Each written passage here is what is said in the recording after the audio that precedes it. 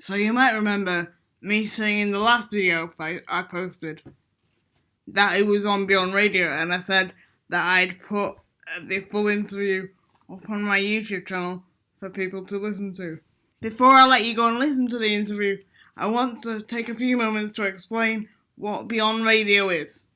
Beyond Radio is our local radio station here in Lancaster and Morecambe that got in contact with us to see if we'd go on there and talk about the Rift Challenge, which we said yes to. One of the DJs is also giving me a shout out every Monday and Wednesday and playing a couple of songs that I had requested at 8:30 p.m. every Monday and Wednesday. The DJ that's giving me a shout out isn't the one in the interview. That's a different one. Once again, thank you to Beyond Radio for having us on. Time of recording this video, this was aired Saturday, 4th of April, 2020. Enjoy the interview. Enjoy the interview.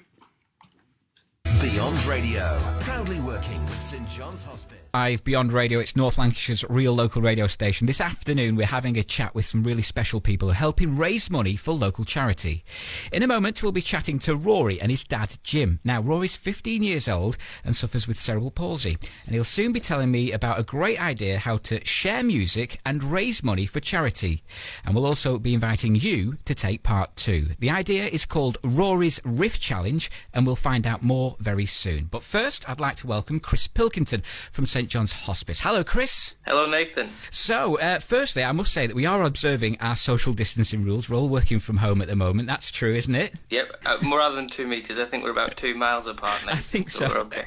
I think so, that counts. So, under the current situation with the coronavirus, there's some strict regulation in place now for people, social distancing, and also the movements outside the homes are also limited now. So, how are these current changes affecting St John's Hospice as a whole at the moment? Well, ultimately, they are affecting how we do our work, but the real main thing we want to get across to all the listeners and all the people of Lancaster and Morecambe is that the hospice is still there. Our inpatient unit are still treating patients and looking after families. Our hospice at home team are still caring for people, and our clinical nurse specialists are also keeping up their workload as well. Our cooks are still in the kitchen cooking food for the patients.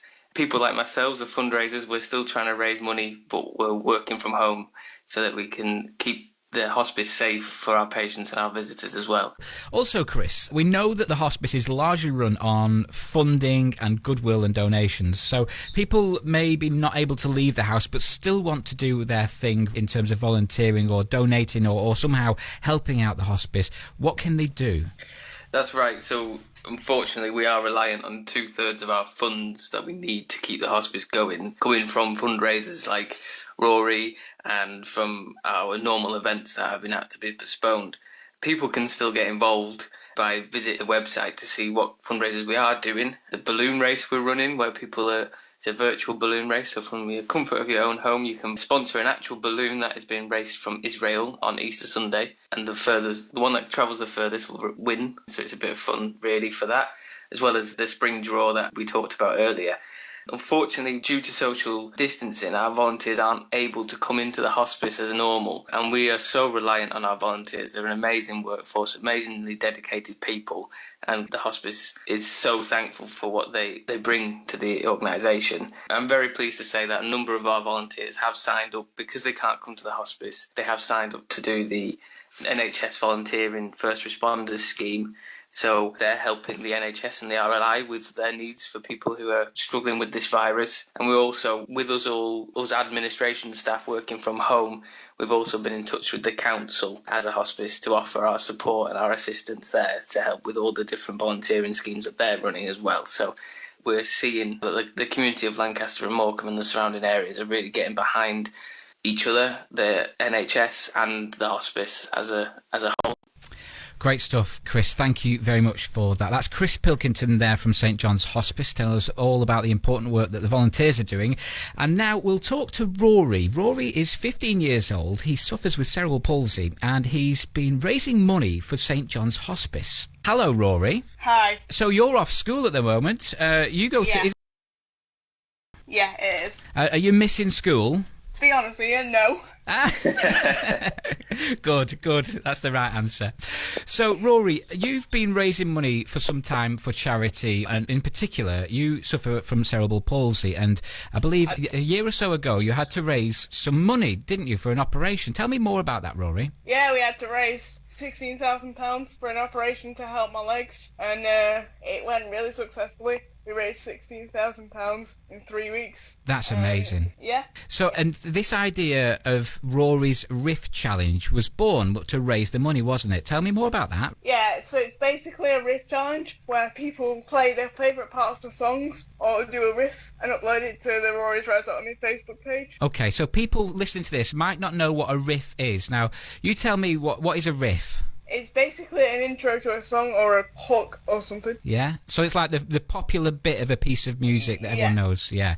Now, I believe that it's not just limited to a riff in music, is it? You're also going to extend that to maybe other things like poetry and so on. Yeah, you can do a dance if you want, or even if it's just saying hello to someone you love. Right. So there's 3 steps, I believe, to Rory's Riff Challenge. Those are, 1, to upload a video of you doing the riff. Is that right? Yeah. And then the second part is to share it online. Yep. And then the third part is to nominate others. Yeah, 3 people. Oh, 3 people. Brilliant. So that's how we share it out. Excellent stuff.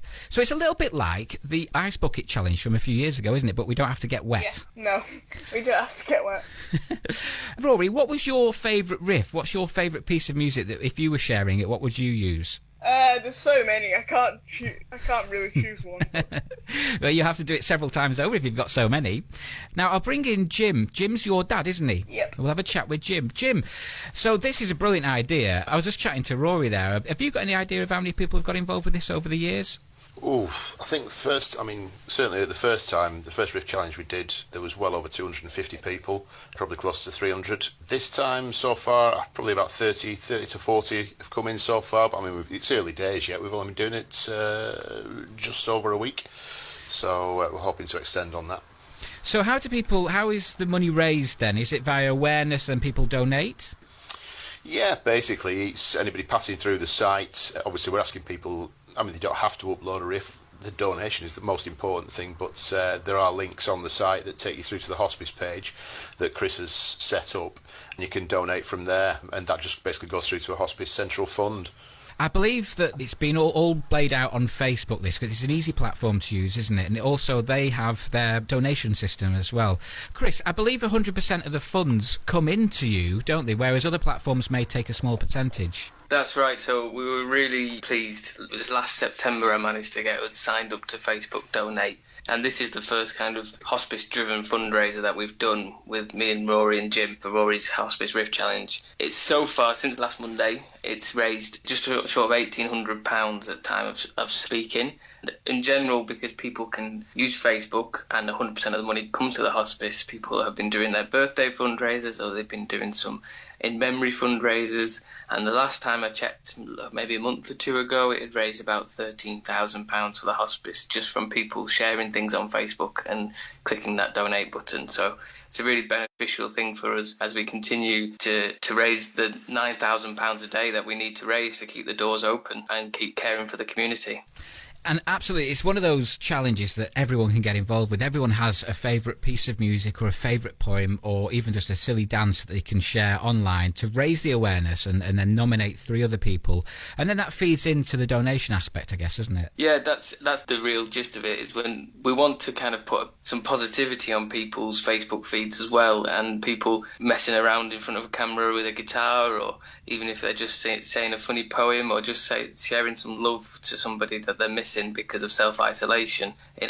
Facebook has the tendency to be quite a dreary place at times, but I think with Rory's Hospice Riff Challenge, and especially the videos that Rory and Jim have been uploading, my favourite being when they wear sick bowls as pork pie hats. That's an excellent touch. There's some really funny videos, some really great pieces of music. Why are we laughing at that? Why are we laughing at that? that was a class moment.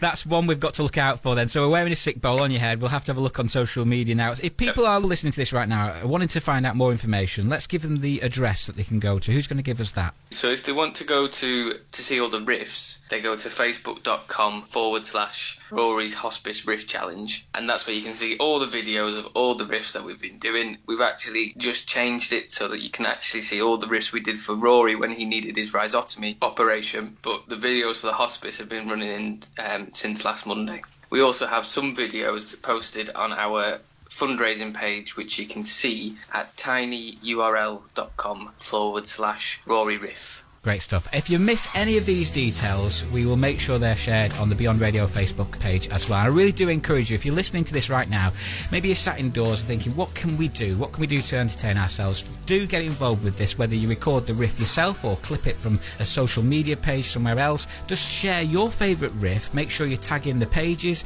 and you can nominate 3 other people to get involved with this. And also, don't forget, you can donate as well.